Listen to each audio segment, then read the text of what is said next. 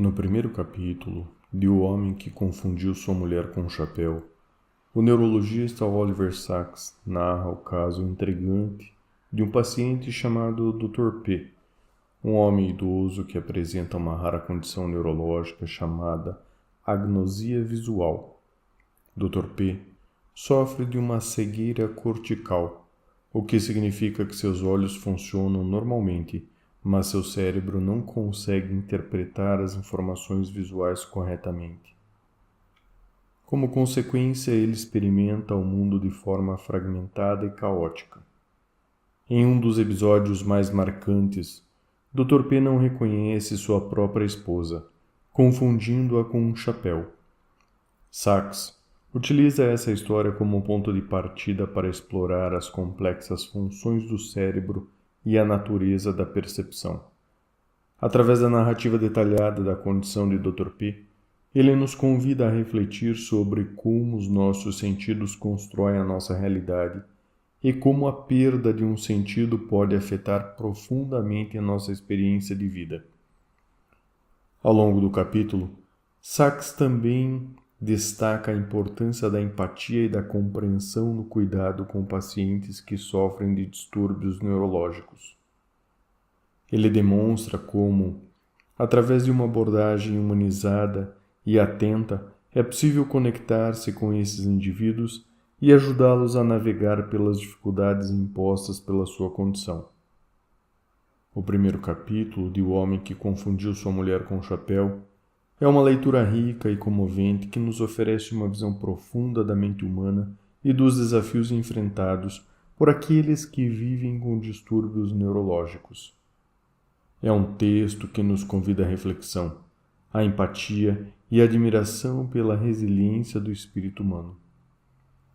Os pontos-chave que você pode encontrar nesse capítulo: a apresentação do caso de Dr. P, é um paciente com agnosia visual, a descrição dos sintomas de Dr. P, incluindo a incapacidade de reconhecer objetos e pessoas, a exploração das causas e dos mecanismos da agnosia visual, reflexão sobre a natureza da percepção e o papel da visão na construção da nossa realidade, enfatizando a importância da empatia e da compreensão no cuidado com pacientes neurológicos.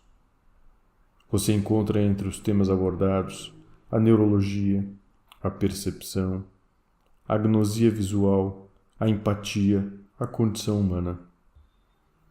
Para aqueles que se interessam pela obra de Oliver Sacks, recomendo a leitura de outros livros seus, como O Homem que Viu o Infinito. Espero que todos possam aprofundar seus estudos. E vamos à leitura. Capítulo 1. O Homem que Confundiu Sua Mulher com um Chapéu. O Dr. P era um músico excelente. Fora célebre cantor durante muitos anos e depois, na faculdade de música de sua região, como professor. Foi ali, no relacionamento com seus alunos, que certos problemas foram observados pela primeira vez. Às vezes, um aluno se apresentava e Dr. P não o reconhecia, ou, especificadamente, não reconhecia seu rosto. No momento em que o aluno falava, Dr. P reconhecia-o pela voz. Incidentes como esse multiplicaram-se, causando embaraço, complexidade, medo e às vezes situações cômicas, pois não só o Dr. P cada vez mais deixava de reconhecer rostos, mas ainda por cima via rostos onde eles não existiam. Na rua, jovialmente, à la Mr. Magoo, ele afagava o topo dos hidrantes e paquímetros pensando que eram cabeças de crianças. Dirigia-se cordialmente aos puxadores esculpidos dos móveis e se espantava quando eles não respondiam. A princípio, as pessoas, e até mesmo o Dr. P, riam dessas confusões esquisitas, julgando que eram gracejos, pois ele não tivera sempre um senso de humor peculiar. dando xistes e paradoxos em estilo zen. Suas capacidades musicais continuavam deslumbrantes como sempre. Ele não se sentia doente. Jamais se sentia melhor na vida. E os enganos eram tão risíveis e tão originais que não poderiam ser sérios ou significar algo grave. A ideia de que havia algo errado só foi surgir uns 3 anos depois, quando o diabetes se manifestou. Ciente de que o diabetes poderia afetar-lhe a visão, Dr. P consultou um oftalmologista que fez um histórico minucioso e lhe examinou atentamente os olhos. Com seus olhos não há nada de errado, concluiu o médico. Mas há problema nas partes visuais de seu cérebro. O senhor não precisa de meus serviços. Precisa consultar um neurologista. E assim, em consequência desse parecer, Dr. P me procurou. Assim que o vi, em poucos segundos ficou evidente que não havia traço algum de demência na acepção comum do termo. Ele era um homem muito culto e simpático. Falava bem, com fluência, imaginação e humor. Não podia imaginar por que ele teria sido encaminhado à nossa clínica. E, no entanto, havia alguma coisa meio estranha. Ele ficava de frente para mim enquanto falava. Estava orientado para mim. Porém, existia algum problema, era difícil dizer. Ele me encarava com os ouvidos. Acabei de constatar, mas não com os olhos. Estes, em vez de me olhar, de me fitar, de me acolher de maneira normal, faziam estranhas fixações súbitas em meu nariz, em minha orelha, descia até meu queixo, subia para o meu olho direito, como se estivesse notando ou até mesmo estudando essas características individuais, porém, sem enxergar o rosto inteiro, suas expressões imutáveis, eu como um todo. Não tenho certeza de ter percebido isso totalmente na época. Havia apenas uma provocadora estranheza, alguma falha na intenção normal entre o olhar e a expressão. Ele me via, corria os olhos por mim e, no entanto...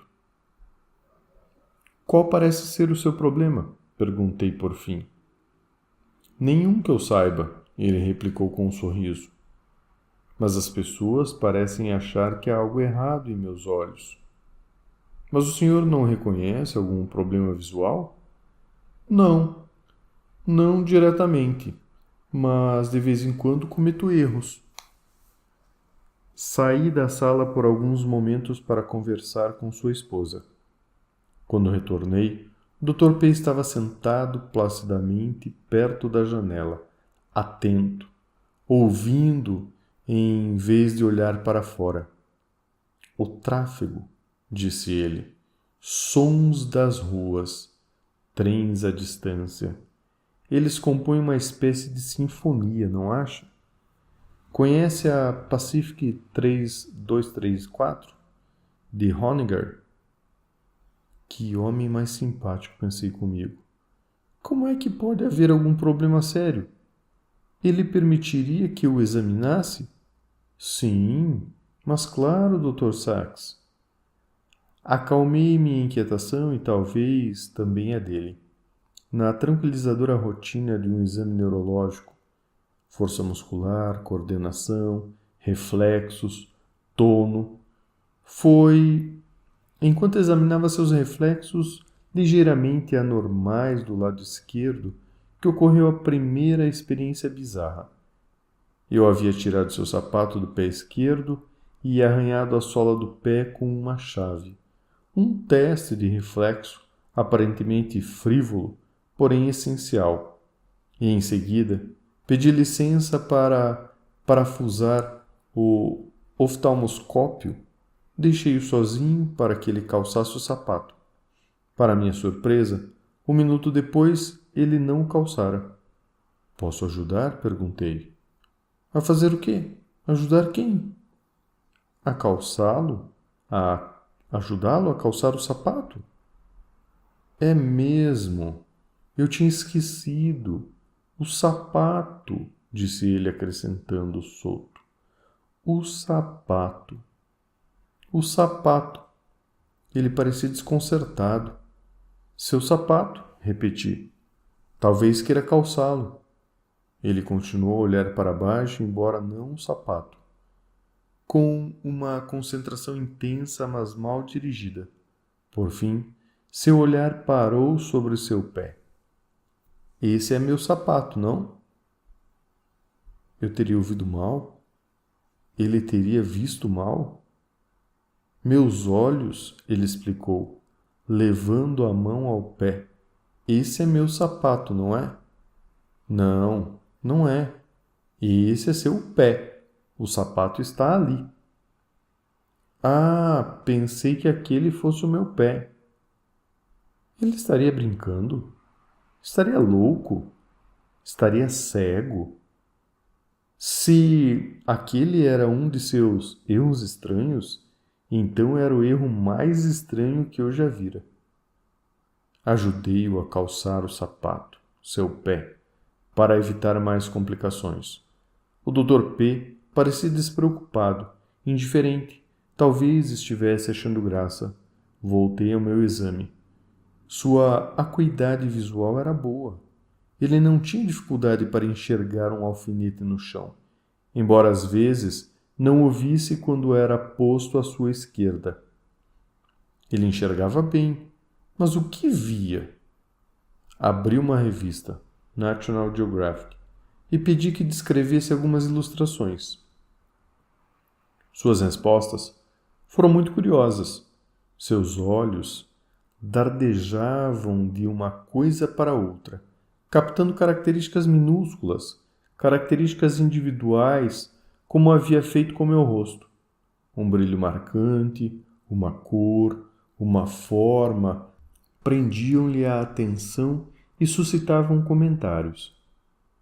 Mas em nenhum caso ele captou a cena como um todo. Ele não conseguia ver o todo, apenas detalhes, que localizava como os bips de uma tela de radar. Ele não estabelecia uma relação com a figura, com um todo. Não encarava, por assim dizer, a fisionomia da figura. Não tinha a menor noção de paisagem ou cena. Mostrei-lhe a capa, uma extensão ininterrupta das dunas do Ceará. O que vê aqui? Perguntei. Vejo um rio, ele respondeu. Uma pequena hospedaria com um terraço à beira d'água. As pessoas estão almoçando no terraço. Vejo guarda-sóis coloridos aqui e ali. Ele estava olhando, se é que aquilo era olhar, direto para fora da revista e fabulando características inexistentes, como se a ausência de características na figura real o tivessem levado a imaginar o rio, o terraço, os guarda-sóis coloridos. Eu devo ter feito uma cara de espanto, mas ele parecia pensar que se saíra otimamente. Havia um esboço de sorriso em seu rosto. Ele também parecia ter decidido que o exame terminara e começou a olhar em volta, procurar o seu chapéu. Estendeu a mão e agarrou a cabeça da sua mulher. Tentou erguê-la e tirá-la para pôr em sua cabeça. Parecia que ele tinha confundido sua mulher com um chapéu.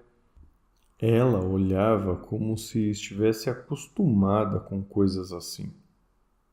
Eu não conseguia entender o que ocorrera em termos de neurologia ou neuropsicologia convencional. Em alguns aspectos ele parecia perfeitamente preservado, e em outros, absolutamente incompreensivelmente arruinado. Como é que ele podia, por um lado, confundir a sua mulher com um chapéu, e por outro, como aparentemente fazia, lecionar na faculdade de música?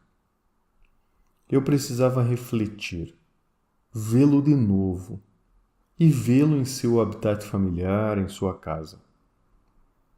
Poucos dias depois, fui à casa do Dr. P e esposa, levando na pasta uma partitura do Dieter Lieb. Eu sabia que ele gostava de Schumann e uma variedade de objetos para o teste de percepção. A senhora P recebeu-me no apartamento suntuoso, que lembrava Berlim do fim de Saint-Cyr.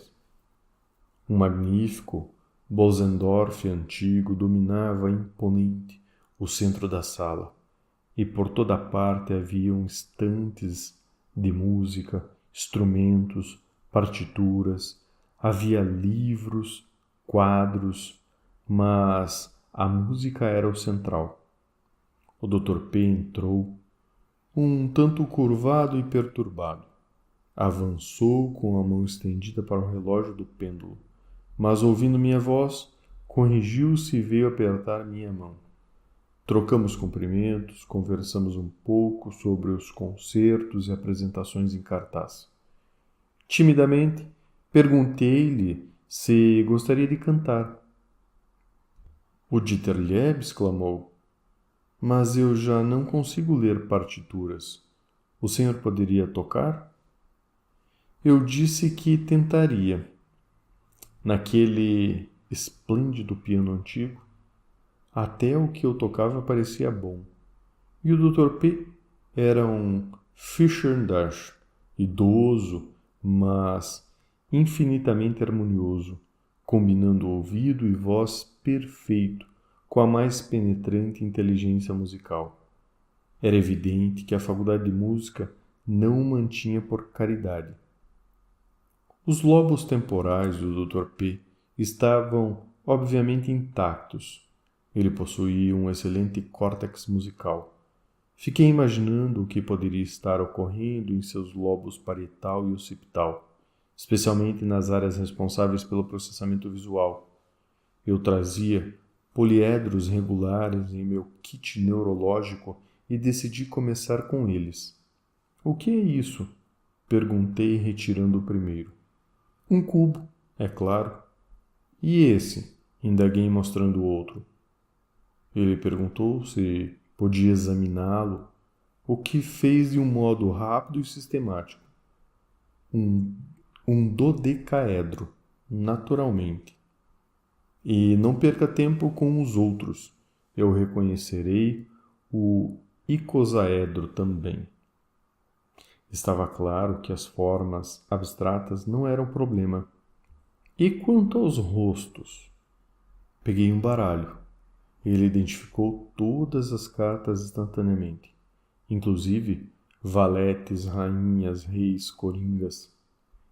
Estes, porém, eram desenhos estilizados, não se podendo afirmar se ele via rostos ou meros padrões. Decidi mostrar-lhe um livro de caricaturas que eu tinha na pasta. Com estas, de um modo geral, ele se saiu bem. O charuto de Churchill, o nariz de Scholes, e assim que percebia uma característica importante, ele era capaz de identificar o rosto. Mas também as caricaturas são formais e esquemáticas. Restava saber o que ele faria com rostos reais, representados realisticamente. Liguei o televisor mantendo-o sem som e encontrei um dos primeiros filmes de Bette Davis. Era uma cena de amor. Dr. P não conseguiu identificar a atriz, porém isso poderia dever-se ao fato de ela nunca ter entrado em seu mundo. O mais espantoso era ele não conseguir identificar as expressões no rosto da atriz ou no seu parceiro. Embora, no decorrer de uma cena tórrida, os dois passassem da ânsia ardente à paixão, surpresa, indignação, fúria e, por fim, uma reconciliação comovente. Dr. P não conseguia perceber nada disso. Não indicou com clareza o que estava se passando, quem era quem, ou mesmo de que sexo eram. Seus comentários sobre a cena eram decididamente marcianos. Havia a possibilidade de que algumas das suas dificuldades estivessem associadas à irrealidade de um mundo hollywoodiano, de celuloide. Ocorreu-me que ele talvez se saísse melhor identificando rostos de sua própria vida. Nas paredes do apartamento haviam fotografias de sua família, colegas, alunos, dele próprio. Reuni uma pilha delas e, meio apreensivo, mostrei-as ao Dr. P. O que fora engraçado ou grotesco com relação ao filme revelou-se trágico com relação à sua vida. De um modo geral, ele não reconheceu pessoa alguma, nem parentes, nem colegas, nem alunos, nem a si próprio. Reconheceu um retrato de Einstein, porque percebeu o cabelo e o bigode característicos. E o mesmo aconteceu com uma ou outra pessoa. Ah, Paul, disse ele, ao ver o retrato do irmão. Este queixo quadrado, esses dentões, reconheceria Paul em qualquer lugar. Mas era Paul que ele reconhecia ou uma de suas características, com base nas quais ele conseguia fazer uma boa posição quanto à identidade do sujeito. Na ausência de marcadores óbvios, ele se perdia por completo. Mas não era apenas uma deficiência de cognição, da gnose. Havia alguma coisa radicalmente errada em todo o modo como ele procedia, pois ele lidava com aqueles rostos, mesmo os das pessoas mais chegadas, como se fossem quebras-cabeças ou testes abstratos. Não se relacionava com eles, não os contemplava, nenhum rosto lhe era familiar, visto como um você. Era apenas identificando como um conjunto de características uma coisa. Assim, havia gnose formal, mas nenhum traço de gnose pessoal. E isso vinha acompanhado de sua diferença ou cegueira para as expressões. Um rosto para nós é uma pessoa olhando para fora. Vemos, por assim dizer, a pessoa por intermédio de sua persona, de seu rosto. Mas, para o Dr. P, não havia persona nesse sentido, nenhuma persona exterior e nenhuma pessoa interior. No caminho para o apartamento do Dr. P, eu havia entrado em uma floricultura e comprado uma vistosa rosa vermelha para pôr na lapela. Tirei-a dali e a passei para o Dr. P. Ele a pegou como um botânico ou um morfologista pegaria uma espécie, e não como alguém que recebe uma flor. Uns 15 centímetros de comprimento, comentou. Uma forma vermelha e espiral, comum, anexo, linear, verde. Sim, falei encorajador. E o que o senhor acha que é isso, Dr. P? Não é fácil dizer. Ele parecia perplexo. Não tem a simetria simples dos poliedros regulares, embora talvez possua uma simetria própria, superior. Acho que poderia ser uma inflorescência ou flor. Poderia? Insisti. Poderia, ele confirmou. Cheire, sugeri, e ele outra vez pareceu um tanto desconcentrado, como se eu lhe pedisse para cheirar uma simetria superior. Mas, cortesmente, fez como pedi e levou a flor ao nariz. Então, de repente, ele ganhou vida. Lindo! Exclamou. Uma rosa têmpora. Que aroma divino! E começou a cantarolar. De rose, de lilieu. Aparentemente, A realidade podia ser transmitida pelo olfato, não pela visão. Fiz um último teste. Era um dia ainda frio, no começo da primavera, e eu deixara meu casaco e as luvas no sofá. O que é isso? Perguntei segurando uma luva. Posso examinar? Ele pediu. Pegando-a, passou a examiná-la como se estivesse olhando as formas geométricas. Uma superfície contínua, declarou por fim. Envolva em si mesmo. Parece ter, hesitou, 5 bolsinhas, protuberantes, por assim dizer. Sim, eu disse com cautela. O senhor me fez uma descrição. Agora me diga o que é. Algum tipo de recipiente? Sim, respondi. E o que ele guarda? Guarda seus conteúdos? Replicou Dr. P, rindo. Há muitas possibilidades. Poderia ser um porta-moedas, por exemplo, para 5 tamanhos de moedas. Poderia. Interrompi a torrente de ideias amalucadas. Não lhe parece familiar?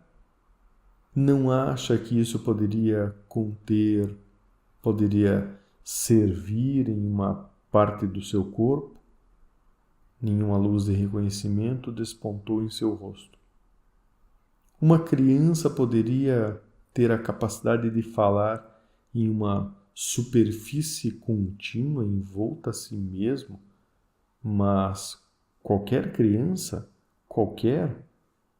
muitas vezes refletia a respeito das descrições visuais de Helen Keller, a respeito de toda a sua eloquência. Seriam elas também de alguma forma vazias? Ou será pela transferência de imagens do tátil para o visual, ou ainda mais extraordinariamente do verbal e metafórico para o sensorial e visual, ele realmente conseguia a capacidade de ter imagens visuais, muito embora seu córtex visual jamais houvesse sido estimulado diretamente pelos olhos. Mas, no caso do Dr. P, era precisamente o córtex que fora danificado, o pré-requisito orgânico para todas as imagens pictóricas. É interessante e típico o fato de ele não ter mais sonhos pictóricos. A mensagem do sonho era transmitida em termos não visuais. Posteriormente, por acidente, ele a calçou e exclamou: Meu Deus, é uma luva! Isso lembra o paciente Lanucci, de Kurt Gosten, que só conseguia reconhecer os objetos dinamicamente tentando usá-los. Fim, RNBB reconheceria imediatamente uma luva como tal, como algo familiar, algo que dizia respeito à mão. O Dr. P, não. Ele não via coisa alguma como familiar. Visualmente, ele estava perdido em um mundo de abstração sem vida. De fato, ele não possuía um verdadeiro mundo visual, assim como não possuía um verdadeiro eu visual. Era capaz de falar sobre as coisas, mas não as via face a face. Hunglin Jackson, discorrendo sobre pacientes com afasia e lesões no hemisfério esquerdo, afirma que eles perderam o pensamento abstrato e preposicional e os compara a cães, ou melhor, compara os cães aos pacientes com afasia. O Dr. P, por sua vez, funcionava exatamente como uma máquina, não só apresentando a mesma indiferença ao mundo visual, como existe em um computador, mas ainda mais espantoso, construindo o mundo como um computador o constrói, por meio de características essenciais e relações esquemáticas. O esquema podia ser identificado como que por um kit de identidade, sem que a realidade fosse percebida. Os testes que eu fizera até então nada me revelavam sobre o mundo interior do Dr. P. Seria possível que suas memórias e imaginação visual ainda estivessem intactas? Pedi-lhe que se imaginasse entrando em uma de nossas praças pelo lado norte, que atravessasse na imaginação ou memória e me dissesse as construções por que ele poderia passar enquanto andava. Ele mencionou as construções do lado direito, mas nenhuma do lado esquerdo. Pedi então que ele imaginasse entrando na praça pelo lado sul. Novamente ele mencionou os edifícios que ficavam do lado direito, embora fosse exatamente os que ele omitiria antes, os que ele vira internamente. Antes não foram mencionados dessa vez. Podia-se presumir que não eram mais vistos. Estava evidente que seu problema com o lado esquerdo, seus déficits no campo visual eram tanto internos quanto externos, dividindo ao meio a sua memória e imaginação visual. E quanto à sua visualização interna, em um nível superior, pensando na intensidade quase alucinatória com que Tolstói visualizava os animais e seus personagens. Fiz ao Dr. P. perguntas sobre Anna Karenina. Ele conseguiu recordar, incidentemente, sem dificuldade, sua compreensão da trama que estava intacta, mas ele omitiu por completo as características visuais, narrativas visuais e cenas. Lembrava-se das palavras dos personagens, mas não de seus rostos. E embora, quando solicitado, ele pudesse citar as descrições visuais originais com sua memória notável e quase textual, ficou patente que elas eram absolutamente vazias para ele, destituídas da realidade dos sentidos, da imaginação ou da emoção. Portanto, havia também uma agnosia interna. Ficou claro, porém, que isso apenas ocorria com certos tipos de visualização.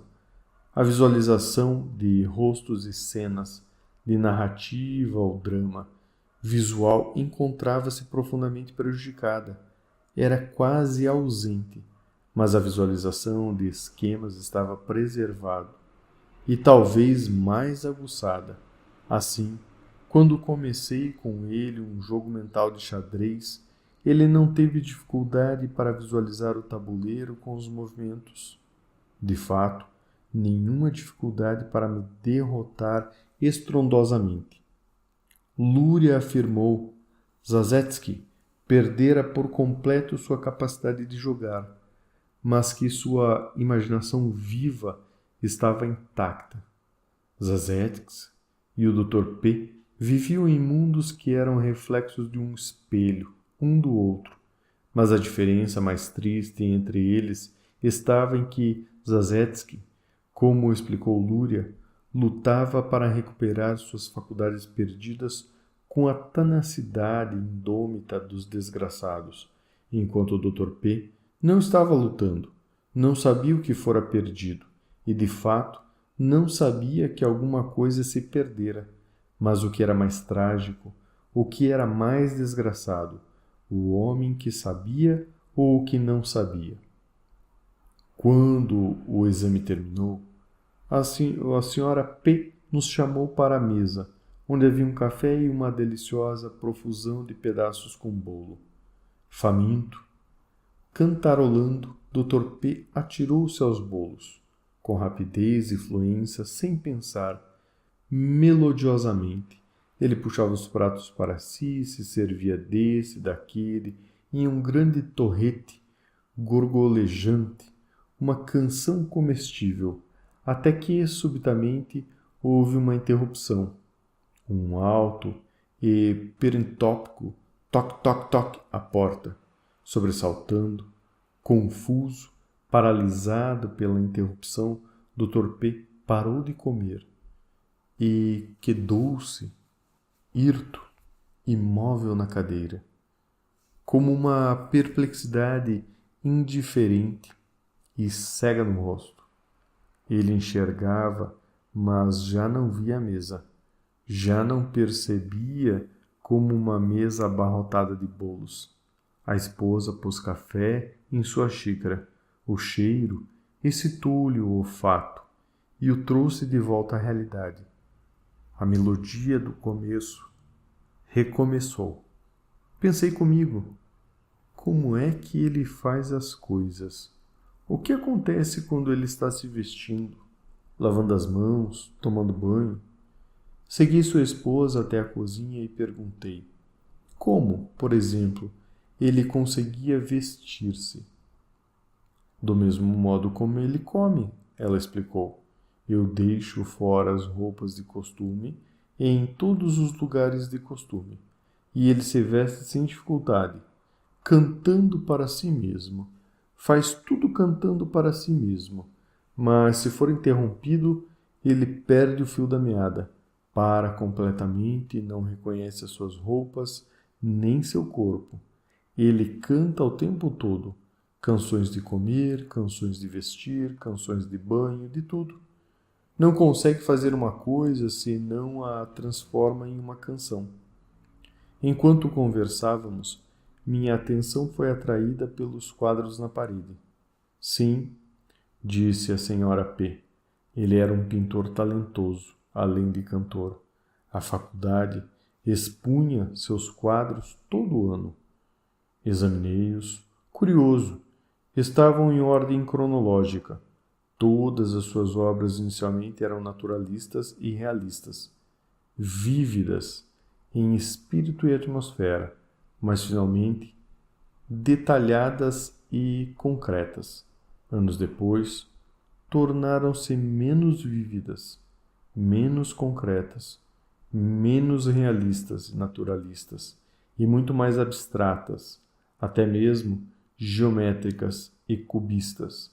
Por fim, nas últimas pinturas, as telas eram absurdas, ou absurdas para mim, meras linhas caóticas e manchas de tinta. Comentei isso com a senhora P. Ora, vocês médicos são uns filisteus, ela exclamou. Não consegue ver o desenvolvimento artístico? Como ele renunciou ao realismo e a sua juventude avançou para a arte abstrata, não representativa. Não, não é isso, eu disse a mim mesmo, mas evitei de mencioná-lo à pobre senhora P. Ele, de fato, passara do realismo à não representação e ao abstrato. Porém, não se tratava do avanço do artista, e sim da patologia, avanço em direção à profunda agnosia visual, na qual todas as capacidades de representação e imaginação, todo o senso do concreto, todo o senso da realidade estavam sendo destruídos.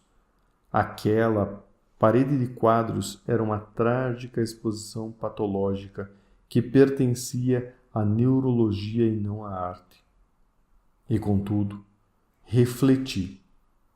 Ela não estaria em partes correta? Pois com frequência existe uma luta, e por vezes, o que é até mais interessante, uma combinação entre os poderes da patologia e da criação. Talvez, no período cubista, o Dr. P tenha desenvolvido um artista um tanto quanto patológico, combinando-se para engendrar uma forma original, pois à medida que ele foi perdendo o concreto, talvez também tivesse ganho o abstrato, desenvolvendo uma sensibilidade maior para todos os elementos estruturais, de linhas, limites, contornos, um poder quase como o de Picasso para ver, e igualmente representar as organizações abstratas embutidas e normalmente perdidas no concreto. Embora eu receasse que as últimas pinturas houvesse apenas o caos e a agnosia. Voltamos à grande sala de música, com Bösendorf no centro e o Dr. P cantarolando a última torta. Bem, Dr. Sachs, disse ele. O senhor me julga um caso interessante, posso perceber. Pode me dizer o que vê de errado? Fazer recomendações? Não posso dizer o que vejo de errado, respondi. Mas lhe direi o que a meu ver está certo. O senhor é um músico magnífico, e a música é a sua vida. O que eu prescreveria em um caso como o seu é uma vida que consista inteiramente em música. A música tem sido o centro. Agora faça dela toda a sua vida. Isso foi há 4 anos. Nunca mais o vi. Mas com frequência perguntei a mim mesmo como ele percebia o mundo, considerando aquela estranha perda da imagem, da visualidade e a perfeita preservação de uma grande musicalidade. Creio que a música para ele tomara o lugar da imagem. Ele não possuía imagem corporal, e sim música corporal. Eis que ele era capaz de mover-se e agir com fluência, mas parava, tudo confuso, se a música interior fosse interrompida, e o mesmo acontecia com o exterior, com o mundo. Em um mundo como vontade e representação, Schopenhauer afirma que a música é vontade pura.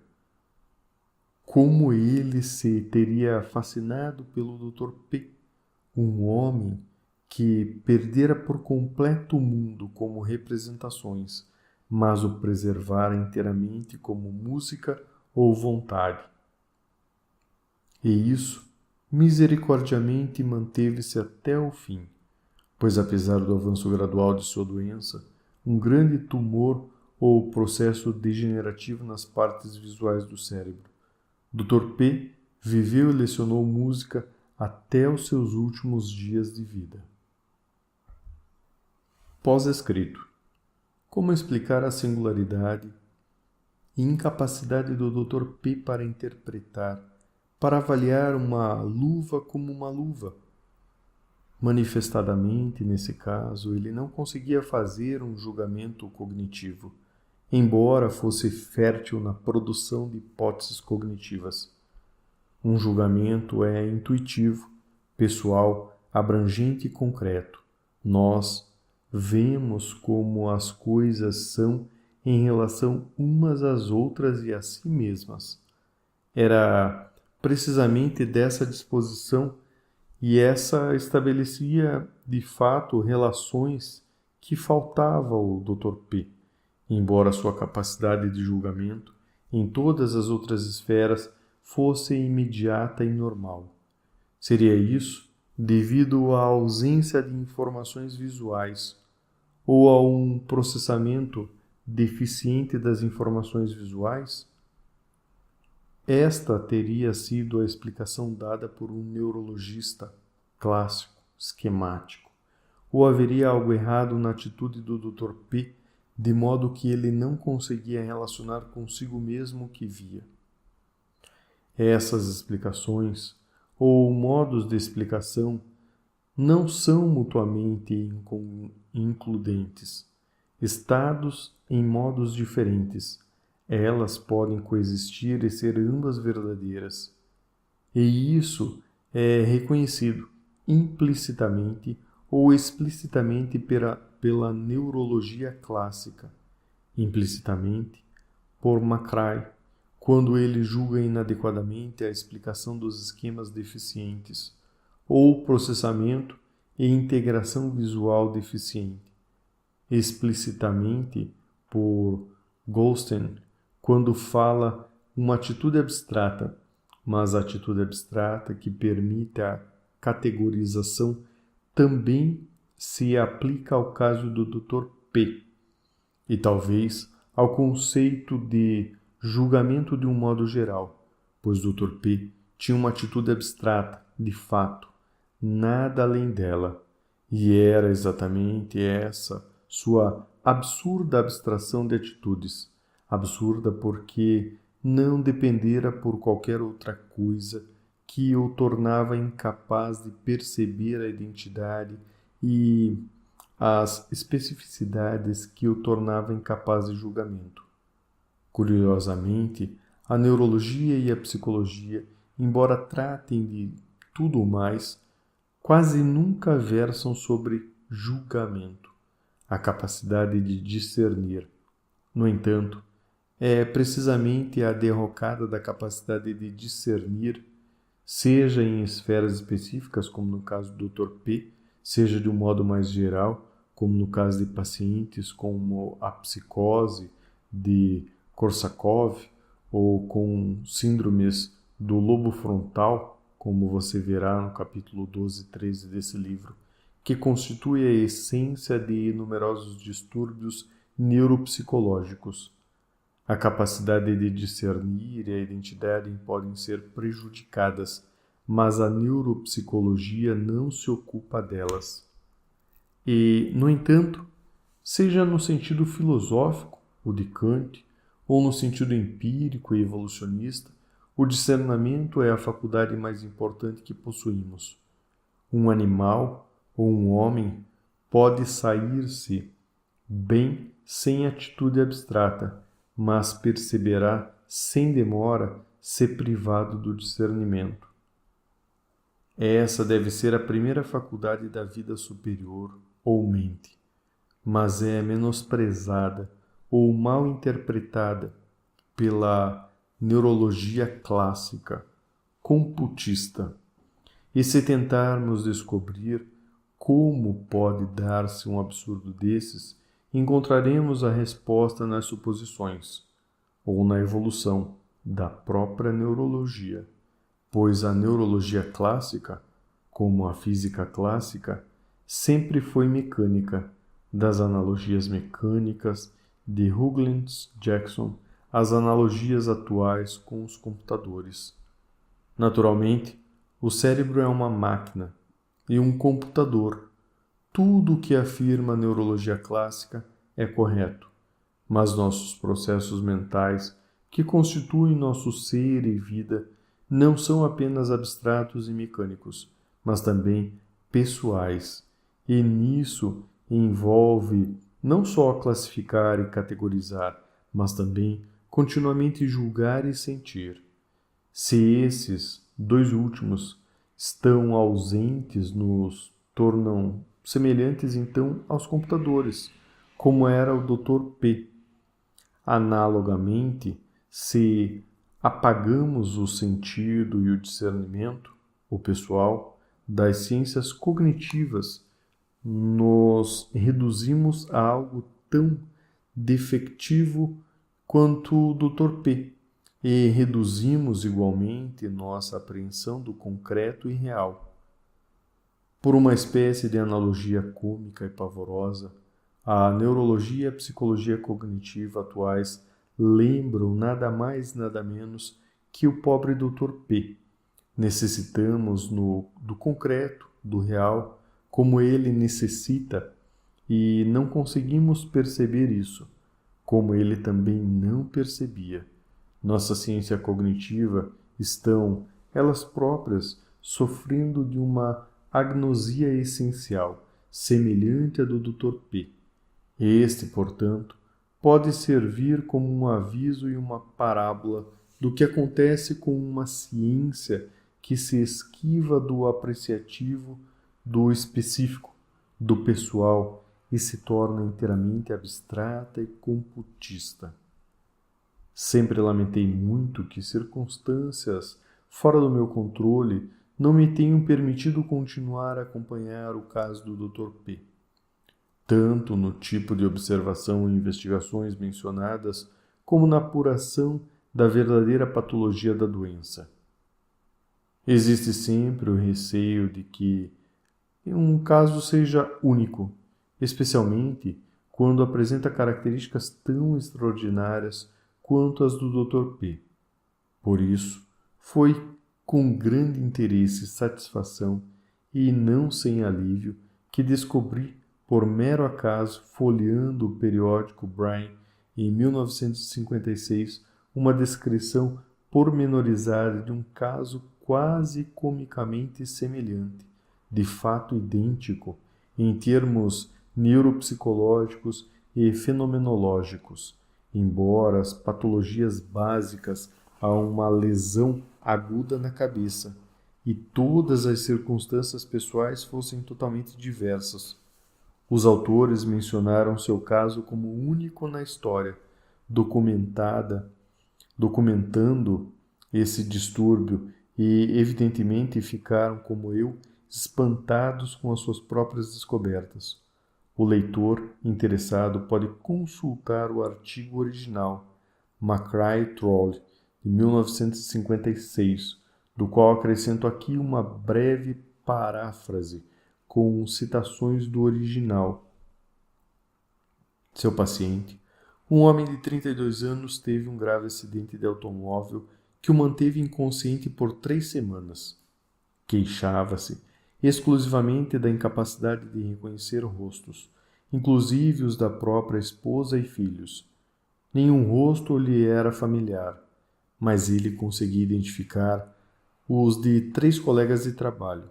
Um deles tinha um tique de piscar um olho, o outro uma grande verruga na bochecha, e o terceiro porque ele era tão alto e magro que ninguém se parecia com ele. Cada um desses 3 homens, afirmam McCrae-Troll, eram reconhecidos unicamente pelas características singulares que os destacavam. Em geral, como Dr. P., esse paciente só reconhecia os pacientes pela voz, os parentes apenas pela voz. Ele tinha dificuldade até para reconhecer a si mesmo no espelho, como descreve em diante. McCrae-Troll, no início da fase de convalescença, ele com frequência, e em especial quando se barbeava, ficava em dúvida sobre se o rosto que o fitava era o seu próprio, e embora soubesse fisicamente, não podia ser nenhum outro. Em várias ocasiões ele fez caretas e botou a língua para fora, só para ter certeza. Estudando atentamente o seu rosto no espelho, ele pouco a pouco passou a reconhecê-lo, mas não de relance, como antes. Ele tomava por base os cabelos e o contorno facial, além de 2 pequenas verrugas na face esquerda. De um modo geral, ele não conseguia reconhecer os objetos de relance. Precisava procurar 1 ou 2 características e fazer suposições com base nelas. Às vezes, as suposições eram absurdamente equivocadas. Em particular, observaram os autores, ele tinha dificuldade com o que era animado. Por outro lado, objetos esquemáticos simples, tesoura, relógio, chave, etc., não representavam dificuldades. McCrae-Troll observam ainda que sua memória topográfica era estranha. Havia o aparente paradoxo de que ele era capaz de se encontrar no caminho para casa e de casa para o hospital, e localizar-se nas proximidades deste. Mas mesmo assim não conseguia saber o nome das ruas do caminho percorrido. Diferentemente do Dr. P., este paciente também apresentava uma certa afasia, nem parecia visualizar a topografia. Também se evidenciou que as suas recordações visuais de pessoas, mesmo as de muito tempo antes do acidente, foram seriamente prejudicadas. Havia a lembrança da conduta ou talvez de um maneirismo, mas não da aparência visual ou rosto. Analogamente, como se depreendeu quando ele foi minuciosamente questionado, ele não tinha mais imagens visuais em seus sonhos. Assim como no caso do Dr. P., não apenas a percepção visual, mas a imaginação e a memória visual, as capacidades fundamentais da percepção visual foram essencialmente danificadas nesse paciente. Pelo menos, aquelas capacidades relacionadas ao pessoal, ao familiar, ao concreto. uma cômica observação final. Enquanto o Dr. P confundiu sua mulher com um chapéu, o paciente de McCray, também incapaz de reconhecer a esposa, precisava que ela se identificasse com um marcador individual. Até, nesse caso, um artigo bem destacado do vestuário, como um grande chapéu.